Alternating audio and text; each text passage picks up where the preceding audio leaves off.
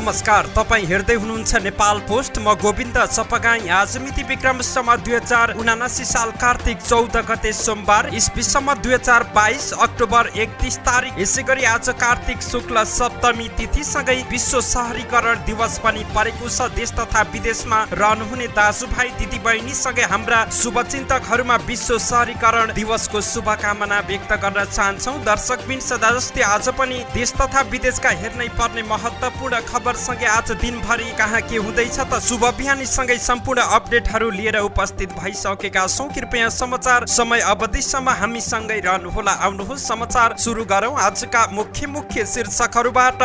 छठ पूजा गर्न राष्ट्रपति भण्डारी राजघाटमा। दार्चुला घटना, भारतीय निर्माण कम्पनीले दियो पीडित परिवारलाई 16 लाख क्षतिपूर्ति। चुनावी कार्यक्रममा शशाङ्क कोइराला बेहोस भएपछि चितवनमा उपचार हुँदै। गण्डकी एमालेको प्रतिबद्धता, सुरुङ मार्गदेखि पुस्तकालय 5000 गरिबलाई प्राविधिक शिक्षा निशुल्क गरिने।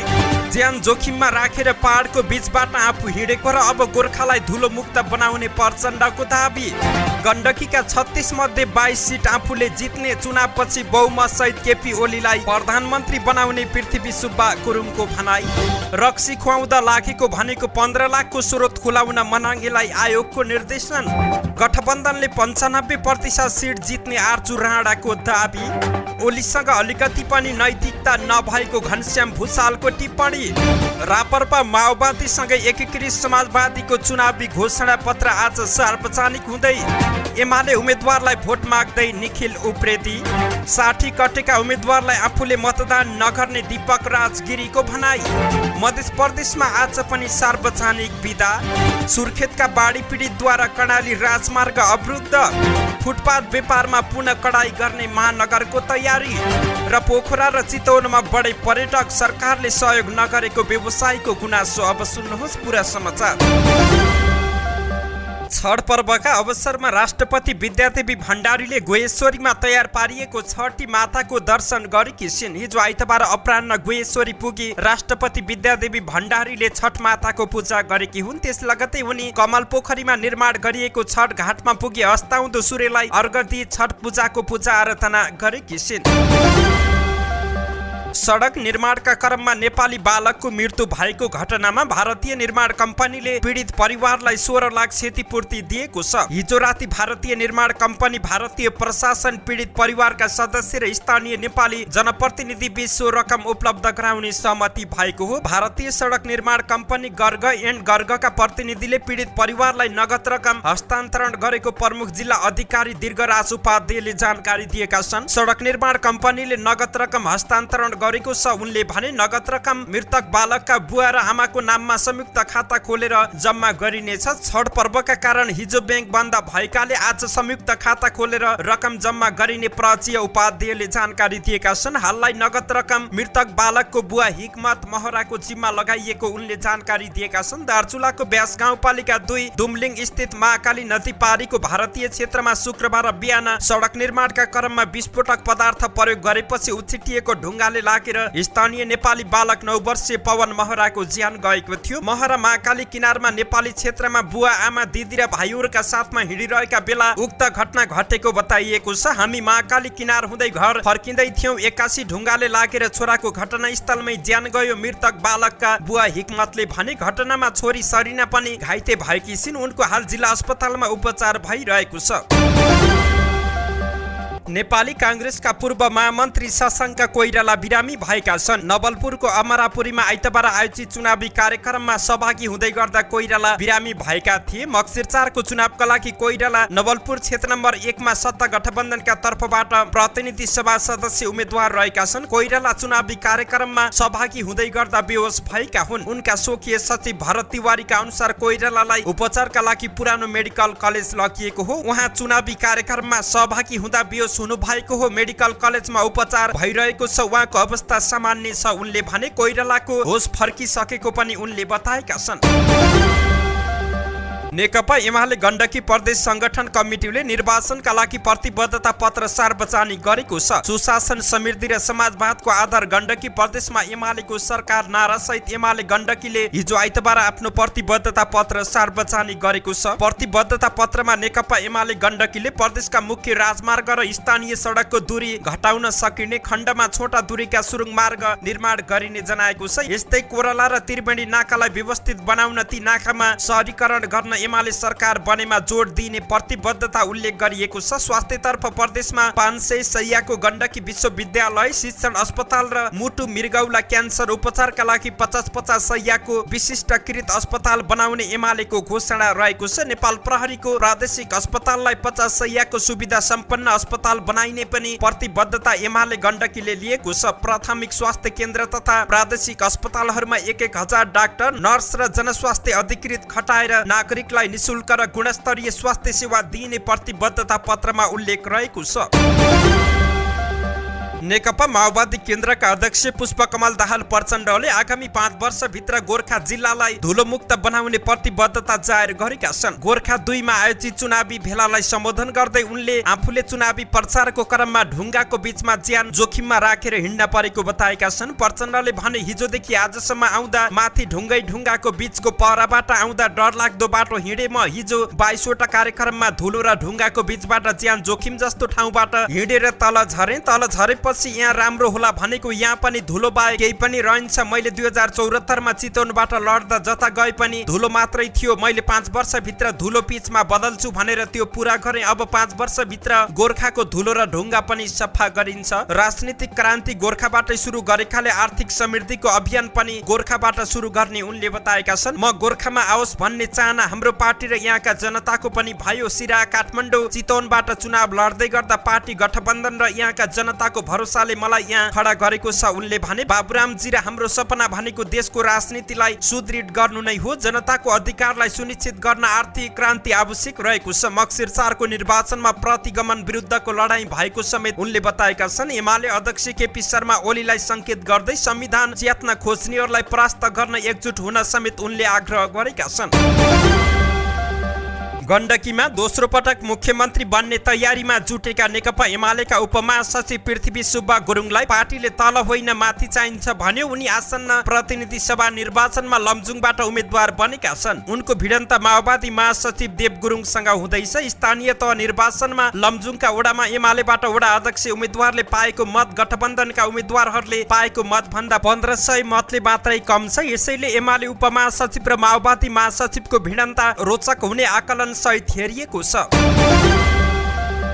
मनाङ प्रदेशसभा 2 बाट गण्डकी प्रदेशसभा सदस्यमा निर्विरोध निर्वाचित भइसकेका गण्डकी प्रदेश सरकारका युवा तथा खेलकुद मन्त्री दीपक मनाङे राजीव गुरुङलाई निर्वाचन आयोगले 24 घण्टे स्पष्टीकरण सोधेको छ। उम्मेद्वार गुरुङले निर्वाचन खर्चका सम्बन्धमा जुन अहिले निर्वाचन आयोगले 33 लाख 30 लाख भन्दा बढी खर्च गर्नु हुँदैन भनेको छ। 30 लाखमा नेपालमा चुनाव जित्छ यार। मनाङमा एक दिन नोमिनेसन गर्न जाँदा 15 लाखको त रक्सी खाइदिन्छ भनिदिएको अभिव्यक्तिलाई लिएर स्पष्टीकरण सोधेको छ। आयोगले उनको अभिव्यक्ति प्रति प्रचलित निर्वाचन सम्बन्धी कानून र निर्वाचन आचार संहिताको प्रतिकूल हुने देखिएको भन्दै पत्र कुनै माध्यमबाट प्राप्त भएको 24 घण्टा भित्र आफै वा आफ्नो प्रतिनिधि मार्फत निर्वाचन आयोगमा वा जिल्ला निर्वाचन कार्यालय मनाङमा प्राप्त हुने गरी स्पष्टीकरण पेश गर्न निर्देशन दिएको छ। आयोगले गुरुङले उम्मेदवारी दिएको मनाङ प्रदेश सभा 2 को लागि तोकेको खर्चको सीमा 23 लाख रुपियाँ रहेको छ। स्पष्टीकरणमा भनिएको छ तपाईले दिएको अभिव्यक्तिले निर्वाचनको स्वच्छता र निष्पक्षतामा समेत प्रश्न उठाउनुका साथै तपाईले मनोनयन गर्दाको एक दिन मात्रै रक्सी खुवाउँदा 15 लाख खर्च लाग्ने भनी स्वीकार गरेबाट निर्वाचन आचार संहिता विपरीतका क्रियाकलापलाई इंगित गरेको देखिन्छ। तपाईले दिएको अभिव्यक्ति प्रचलित निर्वाचन सम्बन्धी कानून र निर्वाचन आचार संहिताको प्रतिकूल हुने देखिएकाले पत्र तपाईलाई कुनै माध्यमबाट प्राप्त भएको 24 घण्टा भित्र आफै वा आफ्नो प्रतिनिधि मार्फत निर्वाचन आयोगमा वा जिल्ला निर्वाचन कार्यालय मनाङमा प्राप्त हुने गरी स्पष्टीकरण पेश गर्न भनिएको छ। कांग्रेस नेत्री तथा प्रधानमन्त्री शेरबहादुर देउवा पत्नी आर्चु राणा देउवाले आगामी निर्वाचनमा सत्ता गठबन्धनले 95% सिटमा जित्ने दाबी गरेकी छिन्। जनकपुर विमानस्थलमा सञ्चारकर्मीहरूसँग कुरा गर्दै उनले गठबन्धनको जित हुनेमा आफू विश्वस्त रहेको बताएकी छिन्। उनले भनिन्, म यहाँ छठ मनाउन र गठबन्धनका उम्मेद्वारलाई जिताउन जनकपुर आएको हुँ। मलाई यहाँको कल्चर धेरै मनपर्छ, त्यही भएर यहाँ सारे खुना म आएकी हुँ। सबैतिर मिलेर गएकाले दलहरू बीच भोट सहजै ट्रान्सफर हुने जिकिर उनले गरेकी छिन्। राणाले भनिन्, गठबन्धनले 95% जित्नेमा ढुक्क छु। हामी सबैतिर मिलेर गएका छौँ। बागी उम्मेदवारी दिएकाहरूले पनि फिर्ता लिइसक्नु भएको छ। भोट ट्रान्सफरको विषयमा पनि साथीहरू वडासम्म मिलेर लाग्नु भएको छ। त्यसैले आफू आशावादी भएको र 100% त चुनावमा भन्न नसकिने पनि उनले बताएकी छिन्। नेकपा एमाले परित्याग गरेर स्वतन्त्र उम्मेदवारी दिएका नेता घनश्याम भुसालले अध्यक्ष केपी ओलीसँग नैतिकता नभएको आरोप लगाएका छन्। आइतबार रूपन्देहीको तिलोत्तमा नगरपालिकामा आयोजित चुनावी सभालाई सम्बोधन गर्दै उनले नैतिकता भएको भए आफैले विघटन गरेको संसदमा उपस्थित नै नहुने बताएका छन्। उनले भने, उहाँले संसद विघटन गरिदिनु भयो। ठूलो संघर्षपछि संसद पुनः स्थापित भयो। थोरै पनि नैतिकता भएको मान्छे हुन्थ्यो भने आफैले विघटन गरेको संसदको त्यो संसद पुनः स्थापित भएपछि उहाँले प्रधानमन्त्रीबाट होइन कि संसदबाटै राजीनामा दिनु पर्थ्यो, तर दिनु भएन। ओलीलाई जनताको अधिकार सुनिश्चित गरिएको संविधानलाई नै इन्कार गरेपछि आफूहरूले आन्दोलन गरेको उनले बताएका छन्। केपीजी चुन्नु पर्ने भो वा संविधान चुन्नु पर्ने भो अनि हामी सडकमा निक्लिनु पर्ने अवस्था आयो। ओलीजीलाई छोडेर उहाँको दम्ब अहंकार, त्यसलाई इन्कार गरेर तिरस्कार गरेर त्यसलाई खारेज गरेर हामी सडकमा निक्लिनु पर्ने भयो र हामीले आन्दोलन गर्यौं, उनको भनाइरहेको छ। देशको मात्रै नभएर दक्षिण एसियाकै राम्रो संविधान मास्न ओलीले षड्यन्त्र गरेको आरोप उनले लगाएका छन्। एमाले छाडेर नेता भुसाल सत्तारूढ गठबन्धनको साथमा रूपन्देही 1 बाट उम्मेद्वार बनेका छन्। उनीसँग एमालेका छविलाल विश्वकर्मा चुनावी मैदानमा उत्रिएका छन्। ललितपुर क्षेत्र नम्बर 3 की उम्मेद्वार माओवादी केन्द्र की नेत्री पम्फा भुसालले वामदेव गौतमसँग भोट मागेकी छिन्। भैँसे पार्टी स्थित गौतम निवासमा पुगेर भुसालले भोट मागेकी हुन्। एमालेका तर्फबाट राष्ट्रिय सभा सदस्य रहेका गौतम पछिल्लो समय राजनीतिमा सक्रिय रहेका छैनन्। एमाले विभाजनपछि एमाले र नेकपा एकीकृत समाजवादीमा नगई वाम एकताको पक्षमा लागेको बताउने गौतम देश चुनावमय हुँदा पनि निष्क्रिय देखिएका छैनन्। उनै गौतमलाई भेटेर भुसालले आफूलाई मत दिन र चुनावमा सघाउन आग्रह गरेकी हुन्। सत्ता गठबन्धनकी उम्मेद्वार भुसाल 2064 र 2074 सालमा सोही क्षेत्रबाट निर्वाचित भएकी थिइन्, तर 2070 सालको निर्वाचन भने उनी सम्मिलित पार्टीले बहिष्कार गरेको थियो। यसपटक गठबन्धनको समर्थन सहित उनी चुनावी मैदानमा उत्रिएकी छिन्। नेकपा एमालेका अध्यक्ष केपी शर्मा ओलीले आफू प्रधानमन्त्री रहेका बेला पार्टी भित्रैबाट काम गर्न नदिएको भए पनि देशमा धेरै विकास गरेको बताएका छन्। आफूलाई पार्टी भित्रका मान्छेले छेक्दै 2 वर्ष मात्रै सरकार सञ्चालन गरे पनि काम गरेर देखाएको अध्यक्ष ओलीले बताएका छन्। हिजो आइतबार झापाको गौरादह नगरपालिकामा आयोजित कार्यक्रमलाई सम्बोधन गर्दै अध्यक्ष ओलीले जनताको राष्ट्र निर्माणको आकांक्षालाई पूरा गर्न र जनताको सार्वभौम सत्ता स्थापित गर्न अपरिहार्य रहेको बताएका छन्। हिजोको काम हेरेर अबको निर्वाचनमा नागरिकले उम्मेद्वार छान्ने ओलीको भनाइ रहेको छ। पूर्व प्रधानमन्त्री ओलीले एमाले देशका लागि काम गर्ने पार्टी भएको दाबी गरेका छन्। यसपटकको निर्वाचनले देशको भाग्य र भविष्य निर्माण गर्ने पनि उनको भनाइ रहेको थियो।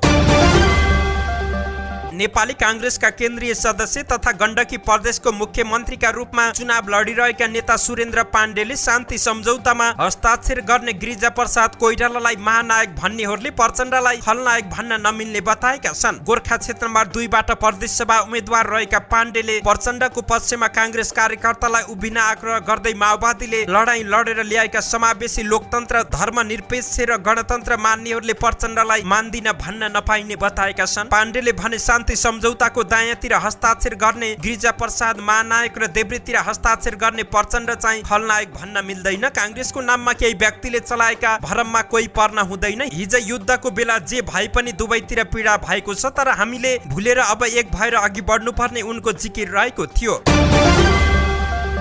नेपाली कांग्रेसका महामन्त्री गगन कुमार थापाले हरेक व्यक्तिको सोचमा समय र समाजको प्रभाव हुनु जरुरी रहेको बताएका छन्। हिजो आइतबार काठमाडौँमा साहित्यकार खगेन्द्र संग्रौलाको पुस्तक एक बाँकी लोकार्पण समारोहमा बोल्दै उनले हरेक व्यक्तिको सोचमा समय र समाजको प्रभावसँगै संगतको प्रभाव हुन आवश्यक रहेको बताएका छन्। उनले साहित्यकार संग्रौला आफू सरहका कांग्रेसी नेताहरूको पनि गुरु भएकाले उनको जीवनबाट र साहित्य रचनाबाट हरेक नेपालीहरूले सिक्नुपर्ने कुराहरू धेरै रहेको बताएका छन्। महामन्त्री थापाले आफ्नो जीवनमा खगेन्द्र संग्रौलाले नै प्रश्न गर्नुपर्छ र अन्याय विरुद्ध लड्नुपर्छ भन्ने कुरा सिकाएको उनले बताएका छन्। उनले साहित्यकार संग्रौलाको नयाँ पुस्तक एक बाँकी कोही एक व्यक्तिको जीवनमा आधारित नभई समय र समाजले बुझ्नुपर्ने कुराहरू समेटेको पाइएको उनले बताएका छन्। खगेन्द्र संग्रौला कांग्रेस त हुँदै होइन, त्यसमाथि कालो कांग्रेस हुने कुरै भएन, तर मेरो उमेर समूहका थुप्रै कालो कांग्रेसीले खगेन्द्र संग्रौलालाई गुरु मान्छन्। प्रश्न गर्न र बाँकी हुन हामीलाई खगेन्द्र संग्रौलाले सिकाउनु भयो। उहाँसँग चिया खाँदा समेत धेरै कुरा सिके। व्यक्तिको सोचमा समय र समाजको प्रभाव त हुन्छ, तर संगतको प्रभाव पनि हुने गरेको उनले बताएका छन्। शिक्षा विज्ञान तथा प्रविधि मन्त्री देवेन्द्र पौडेलले तत्कालीन प्रधानमन्त्री केपी शर्मा ओलीले 2/3 जनमत सम्हाल्न असफल भएको आरोप लगाएका छन्। हिजो आइतबार बडीगाड गाउँपालिका वडा नम्बर 9 र 10 मा साझा गठबन्धनको चुनावी कार्यक्रमलाई सम्बोधन गर्दै उनले भने तत्कालीन प्रधानमन्त्री केपी शर्मा ओलीले संविधान मास्न खोज्नुभयो। जनमतबाट प्राप्त भएको 2/3 को सरकार सञ्चालन गर्न उहाँ असफल हुनुभयो। मन्त्री पौडेलले लोकतन्त्र र परिवर्तनको पक्षमा उभिन आग्रह गर्दै गठबन्धनका साझा उम्मेद्वारहरूलाई मतदान गर्न पनि आग्रह गरेका छन्। अब बन्ने सरकारले संघीय लोकतान्त्रिक गणतन्त्रलाई संस्थागत गर्छ। उनले भने राजनीतिक स्थायित्वको लागि चुनावपछि गठबन्धनको सरकार बन्नेछ। उनले बाँचुन्जेल बागलुङको विकासका लागि परिरहने विश्वास व्यक्त गरेका छन्। बागलुङ जिल्ला सुरुङ मार्गको युगमा प्रवेश गरेको बताउँदै अहिले नै सम्भाव्यता अध्ययनका लागि सरकारले बजेट छुट्याएको उनले बताएका छन्। आफू मन्त्री भएपछि जिल्लाका अधिकांश विद्यालयको भौतिक संरचना बनेको बताउँदै 5 वर्षको अवधिमा पूरा नभएका बाचाहरू अब पूरा गर्ने विश्वास व्यक्त गरेका छन्। उनले गलकोटमा बहुप्राविधिक शिक्षालय स्थापनाका लागि निर्णय भएको बताउँदै जग्गा प्राप्तिपछि 1 अर्ब 15 करोडको भौतिक संरचना बन्ने समेत बताएका छन्। नेपाली कांग्रेसको तर्फबाट मकवानपुर 2 को प्रदेश सभा क्षेत्र 2 का प्रदेश सभा सदस्य उम्मेद्वार इन्द्रबहादुर बानियालाई आफ्नै कार्यकर्ताले कालो झण्डा देखाएका छन्। बानियाको क्षेत्र रहेको मनहरी गाउँपालिका वडा नम्बर 1 को कार्यक्रममा सहभागी हुने क्रममा बानियालाई कालो झण्डा देखाइएको हो। सांसदको 5 वर्ष कार्यकालमा सिनको नभाचेको झुटो बाचा मात्र गरेर जनतालाई भरममा पारेको भन्दै आफूहरूले कालो झण्डा देखाएको नेपाली कांग्रेसका क्रियाशील सदस्य विशाल उप्रेतीले बताएका छन्।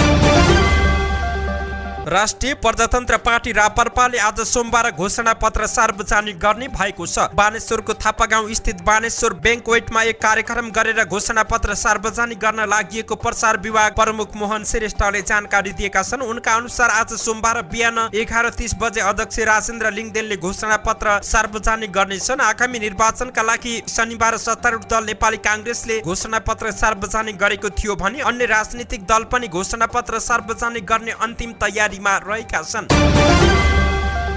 यसैगरी नेकपा माओवादी केन्द्रले पनि आज सोमबार घोषणा पत्र सार्वजनिक गर्ने भएको छ। मक्सिर 4 मा हुने प्रतिनिधि सभा र प्रदेश सभा चुनावका लागि तयार पारिएको घोषणा पत्र सार्वजनिक गर्न लागि हो। आज सोमबार दिउँसो 3 बजे केन्द्रीय कार्यालय पेरिसडाँडामा घोषणा पत्र सार्वजनिक गरिने केन्द्रीय कार्यालय सचिव डोर प्रसाद उपाध्यायले जानकारी दिएका हुन्। सँगसँगै नेकपा एकीकृत समाजवादीले पनि आज सोमबार चुनावी घोषणा पत्र सार्वजनिक गर्ने भएको छ। नेकपा यसको केन्द्रीय कार्यालय आलोकनगरमा आज दिउँसो 1 बजे घोषणा पत्र सार्वजनिक हुने कार्यक्रम तय भएको सो पार्टीले जानकारी दिएको छ। नेकपा यसले राष्ट्रिय स्वाभिमान, संविधानको रक्षा र स्थिरता, हाम्रो सरोकार, आर्थिक सामाजिक रूपान्तरण, समृद्धि, समाजवादको आधार नारा तय गरेको छ। अभिनेता निखिल उप्रेतीलाई यति बेला चुनावी चटारो लागेको छ। भोट माग्दै उनी मतदाताको घर दैलोमा पुगिरहेका छन्। केही दिनदेखि उनी सर्लाही क्षेत्र नम्बर 3 मा चुनावी अभियानमा व्यस्त बनेका छन्। तर निखिल चुनावी उम्मेद्वार चाहिँ होइनन्, न त उनी एमालेको पक्षमा यसरी खुलेका नै छन्। तर चलेका हिरो यसरी घर दैलोमा भोट माग्दै हिँड्नुको पछि कथा भने भिन्न नै रहेको छ। भइदियो के भने निखिलका दाजु हरि उप्रेती मक्सिर 4 को चुनावमा सर्लाही 3 बाट प्रतिनिधि सभातर्फ एमालेका उम्मेद्वार रहेका छन्। पित्त थैलीको समस्याले उनका दाजु वीर अस्पतालमा भर्ना भएपछि चुनावी अभियान चलाउने जिम्मा निखिलको काँधमा आएको छ। अहिले एमाले कार्यकर्तालाई लिएर निखिल दाजु हरिका लागि भोट माग्न व्यस्त बनेका छन्। चुनाव समय दाजुलाई सघाउने उनको योजना रहेको छ। यसैगरी अभिनेता दीपक राजगिरीले 60 वर्ष उमेर कटेका उम्मेद्वारहरूलाई मतदान नगर्ने घोषणा गरेका छन्। सामाजिक सञ्जाल फेसबुकमा स्टाटस लेख्दै अभिनेता गिरीले 60 वर्ष कटेकाहरूलाई मतदान नगर्ने बताएका हुन्। उनका अनुसार सबै फूल गुलाब हुँदैनन्, सबै स्वतन्त्र बालेन हुँदैनन्, आफ्नो भोट खेर फाल्दिन, 60 कटेकालाई हाल्दै हाल्दिन उनले लेखेका छन्। मध्य प्रदेश सरकारले आज सोमबार पनि सार्वजनिक बिदा दिएको छ। मुख्यमन्त्री तथा मन्त्री परिषदको कार्यालयले विज्ञप्ति जारी गर्दै कार्तिक 14 गते आज सोमबार पनि मध्य प्रदेशमा सार्वजनिक बिदा दिएको जानकारी दिएको छ। संघीय सरकारले छठको मुख्य दिन अर्थात् कार्तिक शुक्लमा पर्ने सजिया घाटीको दिन मात्रै सार्वजनिक बिदा दिने गरेको छ। तर सप्तमीको दिन बिहान सूर्यलाई अर्घ दिएपछि मात्रै छठ पर्व समापन हुन्छ। मुख्यमन्त्री लालबाबु राउतद्वारा जारी विज्ञप्तिमा लोक आस्थाको महापर्व छठ पर्वको शुभ उपलक्ष्यमा शुभकामना समेत दिएको छ। सामाजिक एकताको झलझलको दिने यस महापर्वले भौगोलिक, सामाजिक तथा सांस्कृतिक विविधता युक्त हाम्रो समाजमा आपसी सद्भाव र बन्धुत्वको भावनालाई अझ प्रगाढ बनाउने विश्वास मुख्यमन्त्री राउतले गरेका छन्। सुर्खेतका बाढी पीडितले कर्णाली राजमार्ग अवरुद्ध गरेका छन्। बाराहताल गाउँपालिका 2 गिरीघाटमा रहेका बाढी पीडितले पुनः स्थापनाको माग गर्दै सडक अवरुद्ध गरेका छन्। 2071 सालमा बाढी पहिरोबाट विस्थापित भएकाहरू गिरीघाटमा बस्दै आएका छन्। भेरी नदीमा आएको बाढी पक्का रानीघाट इखेनीका बस्तीमा पसेको थियो। उनीहरूले बिना जानकारी नै सडक अवरुद्ध गरेको जिल्ला प्रहरीले बताएको छ। जिल्ला प्रहरी कार्यालय सुर्खेतले हिजो आइतबार बिहानदेखि उनीहरूले आफ्ना विभिन्न माग राख्दै सडक अवरुद्ध गरेको बताएको छ।